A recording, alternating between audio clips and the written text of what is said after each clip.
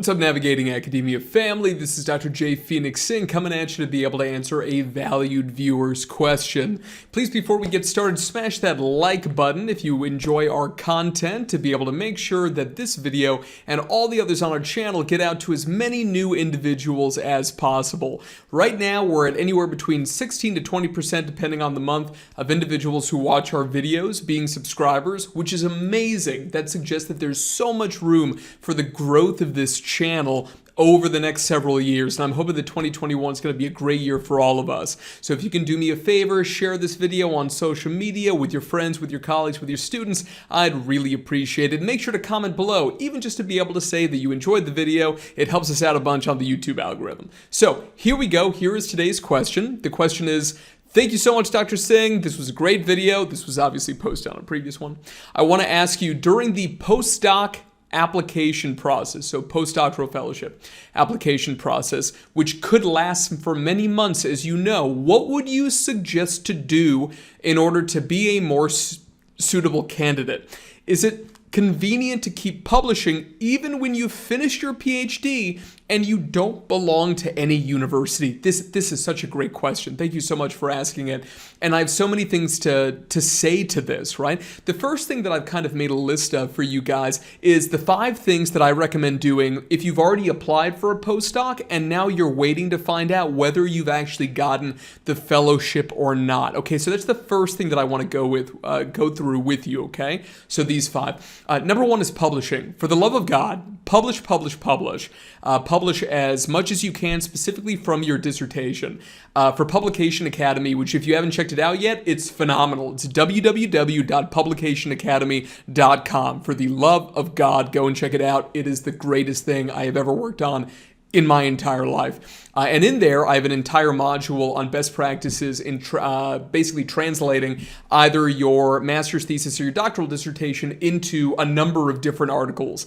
And that's what I recommend. Usually in the average doctoral dissertation, and sometimes in a master's thesis. Sometimes a master's thesis was a smaller project, and so because of that, maybe there's only one publication that you're going to get out of it. But for a doctoral dissertation, usually there's a variety of different publications that you can get out of that thing, really.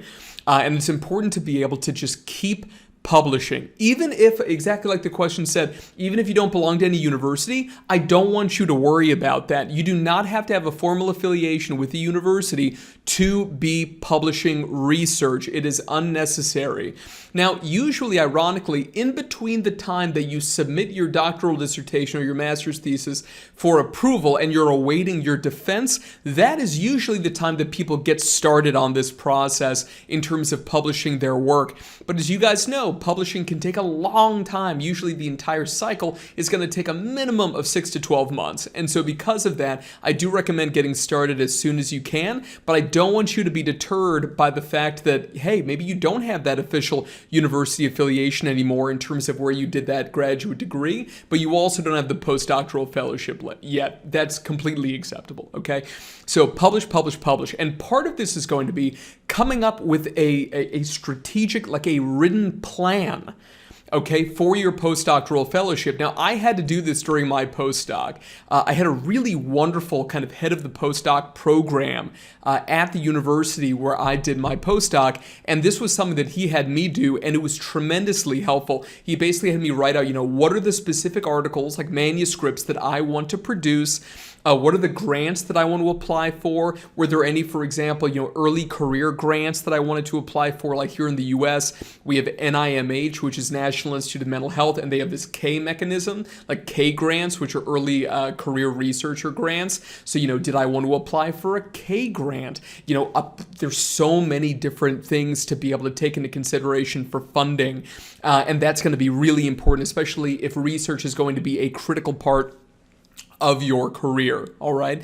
So coming up with a plan like that, what do you want to publish? And in terms of funding, what are you trying to shoot for? If you also have other goals though, so for example, the third thing is Dissertation Awards. Usually early career professional awards, you'd want to wait a little bit beyond the postdoc to apply for those, but dissertation awards are a great thing for you to apply for if you've done a doctoral dissertation. I was lucky enough to win one, and you get a little bit of money, you get a really cool plaque. Like I got a plaque, other people get medals and all.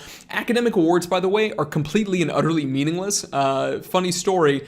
I always dreamt if there's one particular award, which I won't name, that it was just all my heroes had won it. I really wanted to win it.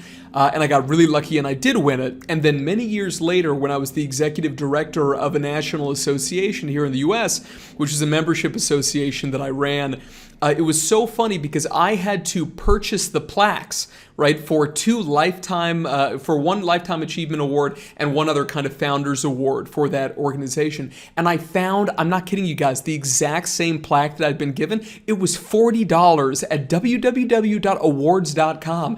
I literally busted my butt for years and years and years for a $40 plaque. That's insane, right? But it meant so much to me at the time. And yeah, perception's reality. And yeah, it was something that it meant a lot to me at the time. And still, it's such a blessing to be recognized by your peers. Don't get me wrong, I'm not denigrating it in any way, shape, or form. But if you're thinking that it's going to make you better than other people and these sorts of things, that's really kind of silly. Okay, so just I think that's important to mention. But do apply for dissertation awards. If you're going to be in academia, you may as well take that time that you have and apply for some of these. It takes a little bit of time, maybe a few days, for you to be able to get all the pieces of the application puzzled together, and then you can go ahead and submit those. Take a look at any membership associations in your field, be they international or domestic, i.e. within your country or your region. Okay, so that is number 3. Number 4.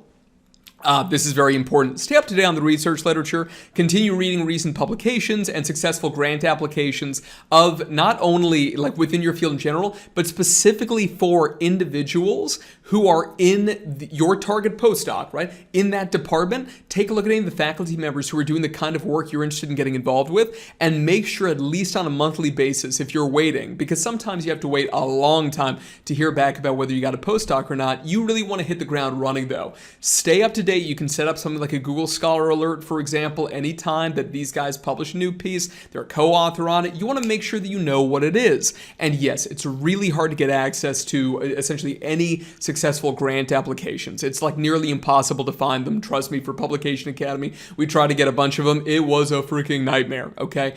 That said, if it is something where a grant has been awarded, maybe you find out because of a press release that the university department has released, right? Then it's something where you hopefully will get at least a little bit more information about what that grant is on. This is it's like a scavenger hunt, right? You're just trying to gather as much information as you conceivably can on the individuals who are in your target department. And this is going to help you to be able to create, synergistic relationships a lot more quickly. Like I said, you're going to hit the ground running. It's going to be a good thing, okay? 5th and finally, keep job hunting. You never know. You may not get the postdoc, right? I really lucked out. This was my dream postdoc. I applied to one, and that was it, and I got it. And I suppose I don't recommend that. I suppose that if you were to ask me and I was coaching you, I would probably tell you to look for at least 2 or 3 things to apply for. And no, you don't need a postdoc to be able to essentially apply to be able to get a tenure track faculty position, an adjunct faculty position, a non-tenure track teaching position like a lecturer position. You don't have to apply for a postdoc to be able to get those positions. And you can watch all my postdoc videos on this channel. I have a bunch of them that comprehensively go over my views on postdocs, but it is something where I want to keep your options open. Make sure you set up alerts on places like I like higheredjobs.com. I think they do a great job, especially here in North America, which is I'm in Washington, D.C. here in the United States. But really any of these places, Chronicles of Higher Education also, does a great job. And just take a look. Again, any membership associations and all, they probably have job boards sometimes where people can pay a bit so that they can post new opportunities for job listings. Make sure that you're on any relevant listservs where people may, write, not tweet out, but, send an email blast via the listserv to be able to let folks know about a new job opportunity. Hop onto LinkedIn, join LinkedIn groups, Facebook groups, All this kind of stuff is really important, okay? You just want to make sure that you're in the right place to be able to hear about job opportunities. Again, I hope you don't need to do that, and I hope that you get your dream postdoc, but this is something where it's always a roll of the dice, and there's so many variables that determine whether or not you're actually going to get your dream position, and so because of that, just keep your eyes open, okay? Let me see, was there anything else here? Be more suitable candidates. Is it convenient to keep publishing even when you're finished your PhD and you don't belong to... Okay, great. Yeah, okay. I've hit every piece of the question. That's great. All right, guys. So those are my recommendations. Thank you so much for watching. As always, remember, comment below if you like the video and make sure to ask your questions. If it's a high sensitivity question that would be of interest to the several thousand Publication Academy subscribers, I will make you a response video like this. And if it's something that's really high specificity about you, maybe you want me to help you get your dream postdoc or take a look at your application materials, contact me via the website below and we can get that going. All right, guys, thanks so much. Have a great day. Peace.